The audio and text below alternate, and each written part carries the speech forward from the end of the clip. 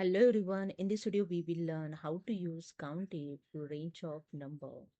So let's start. This is my Excel and here you can see I have a quantity column, the range of numbers.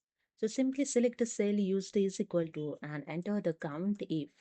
So select here the count if function, then select the range of number. So simply select the first cell and use the shift control down arrow to select the entire column range. Okay. After that, use the comma, and here I'm going to count the particular number. So I enter here the 4 and bracket closed and just enter the 7. So in this range of numbers, the 4 is 7 times is available. It's a 7 count of the 4 number.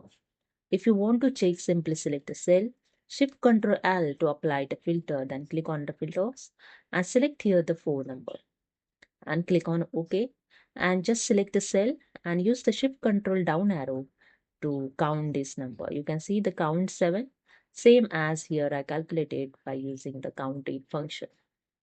Okay, so hope you understood. If you like this video, please subscribe. Thank you so much.